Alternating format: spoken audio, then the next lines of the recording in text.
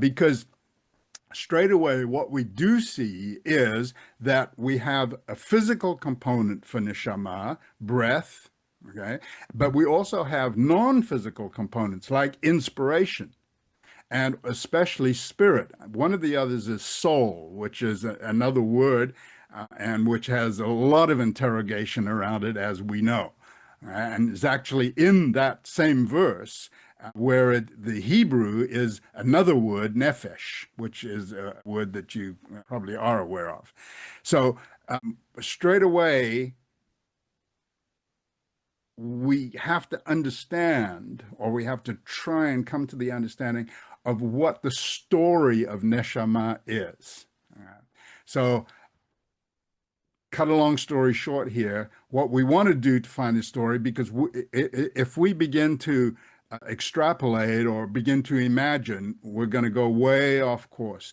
And that's where Strong's Concordance comes in, because it gives us all the other contexts. And in fact, there are 24 specific contexts where we find this word neshama. And if we want to know what neshama is, we've got to go and study those 24 contexts, understand why these 5 different translations are and how they're used. Okay. And so that was the study. And that study led to Job 32, verse 8, where it says, God gave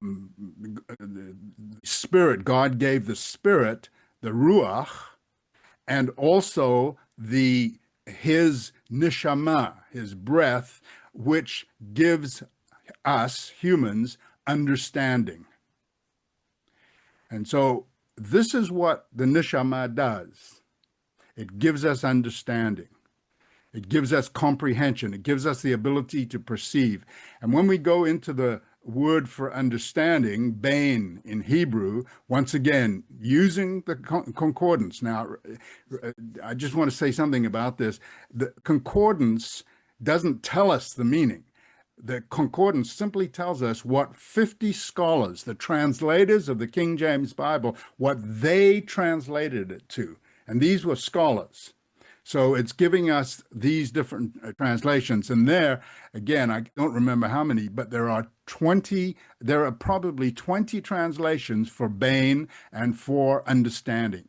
And all of them relate to perception, to learning, to perceiving, etc., etc., etc.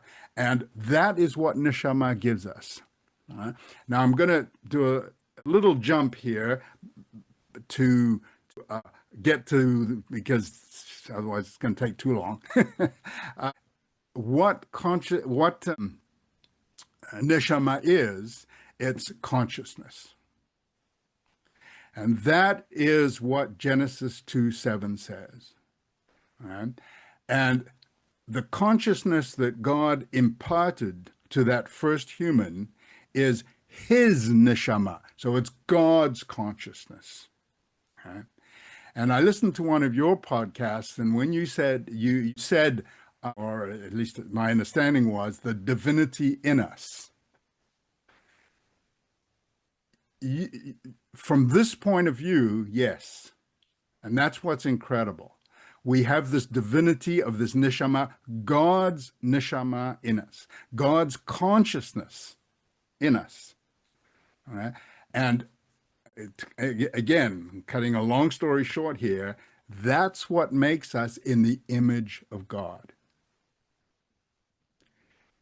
He is who he is. We are who we are, but we are images of him. And I'm going to show you how we are images of him in just a second. Okay. And this is where the mental is, because as soon as we start talking about consciousness, we're talking about mental. And so this is the clarity that we must have as a proper foundation for treating mental health. Unlock Scripture's core meaning with Biblical Hebrew made simple. No reading, no memorizing. Get your free mini course now. theexplanation.com/naked.